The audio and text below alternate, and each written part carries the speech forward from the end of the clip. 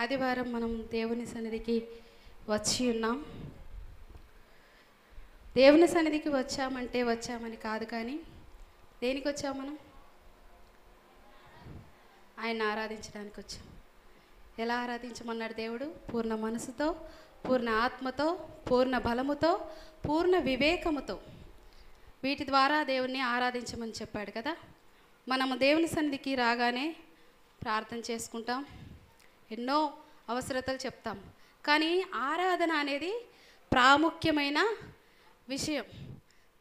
ఎన్నో విషయాలు చెప్పుకొని మన బాధలు మన కష్టాలు చెప్పుకుంటాం, కానీ దేవుణ్ణి ఆరాధించేవారు తక్కువైపోయారు ఈ రోజుల్లో కదా.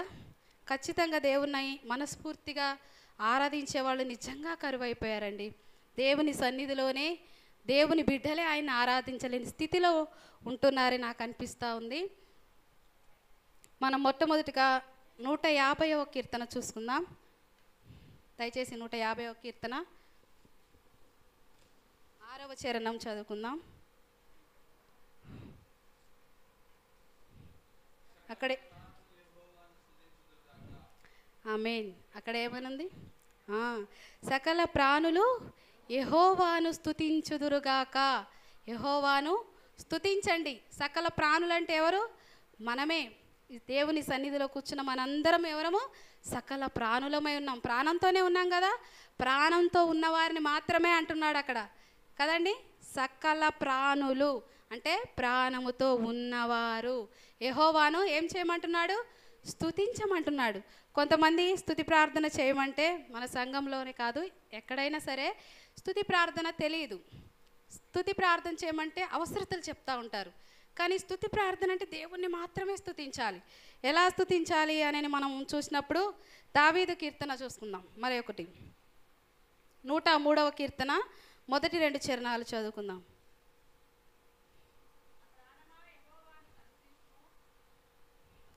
అంతే చెప్పండి.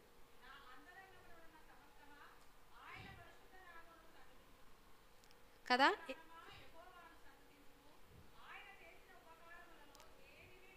ఇదందరికీ తెలిసిన విషయమే కదండి.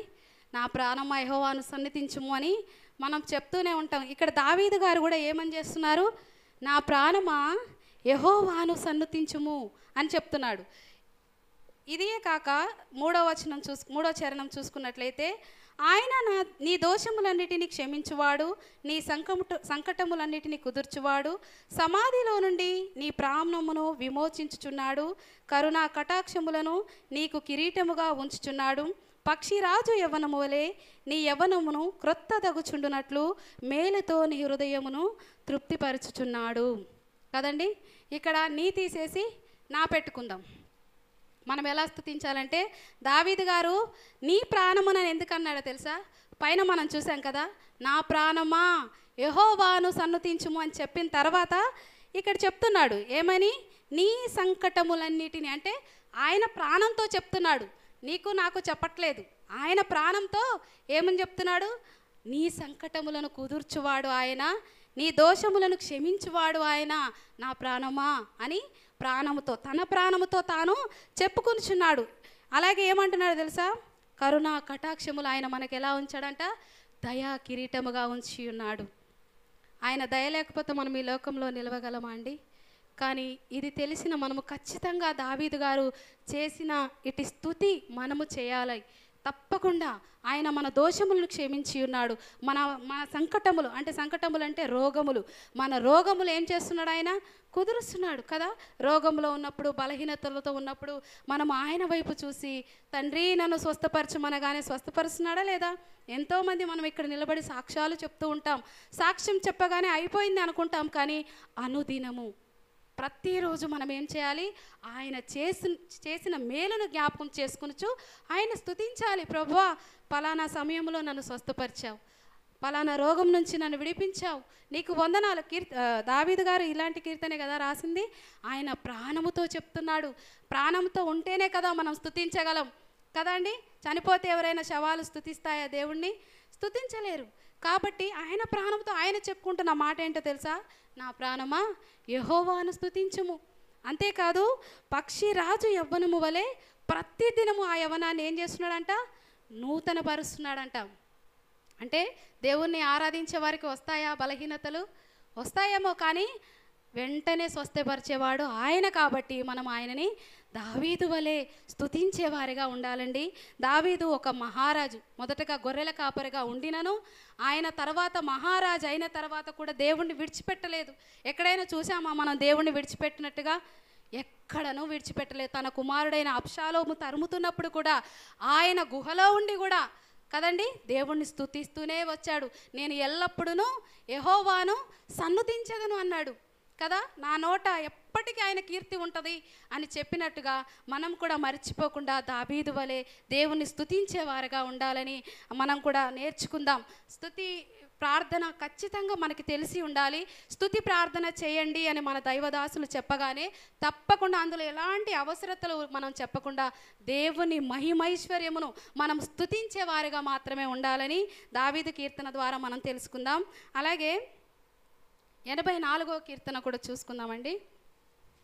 84వ కీర్తన మొదటి 2 చరణాలలో ఏముందో తెలుసా? అక్కడ ఎవరు రాశారంటే కోరాహు కుమారులు రాశారు ఈ కీర్తన. అది చదివినప్పుడల్లా నాకు చాలా సంతోషంగా ఉంటుందండి. నిజంగా అక్కడ ఏమంటున్నారు తెలుసా వాళ్ళు? సైన్యములకు అధిపతియగు యెహోవా, నీ నివాసములు ఎంత రమ్యములు! యెహోవా మందిర ఆవరణములను చూడవలెనని నా ప్రాణము ఎంతో ఆశపడుచున్నది, అది సొమ్మచిల్లుచున్నది. చూసారండి, ఈ రోజుల్లో ఉన్నారంటారా ఇలాంటి వారు? వారు ఏమని చేస్తున్నారు తెలుసా? సైన్యములకు అధిపతివగు యెహోవా, నీ నివాసములు ఎంత రమ్యములు! చూసారా, ఆయన నివాసం అంటే ఎక్కడండి? ఆయన సన్నిధి. మనం ఎక్కడ ప్రార్థిస్తే అక్కడ ఆయన సన్నిధి దిగి వస్తుంది. అంటే అది అనుభవిస్తున్నప్పుడు ఎలా అనిపిస్తుంది మనకి? ఎంతో రమ్యముగా కదా. కోరాహు కుమారులు అలాగే ప్రార్థన చేస్తున్నారు, నీ నివాసములు ఎంత రమ్యములు తండ్రి అని. అంటే ఇప్పుడు ఈ రోజుల్లో మనకి ఏవి రమ్యముగా కనిపిస్తున్నాయంటారు? హవ్వకైతే ఆ పండు రమ్యముగా కనిపించింది కదా. దేవుడు దానిని తినద్దన్నాడు. తినద్దని చెప్పిన తర్వాత కూడా ఆ పండు తనకి ఎలా కనిపించింది? రమ్యముగా, తింటే ఎంత మధురముగా ఉంటుందో అని తప్పిదము చేసింది. కానీ ఇక్కడ కోరాహు కుమారులు మాత్రం ఏమని చేస్తున్నారు తెలుసా? నీ నివాసములు నాకు రమ్యములు. కనిపిస్తున్నాయా ఈరోజు ఆయన నివాసములు? అంటే నివాసం అంటే ఏంటంటే ఎక్కడుంటే అక్కడ ఆయన సన్నిధి అనుకున్నాం కదా. గృహ కూడికలైనా, స్త్రీల కూడికలైనా, ఉజ్జీవ సభలైనా ఎక్కడైనా సరే ఆయన సన్నిధి నిలబడుతుంది కాబట్టి ఆయన అక్కడ నివాసం చేస్తూ ఉంటాడు.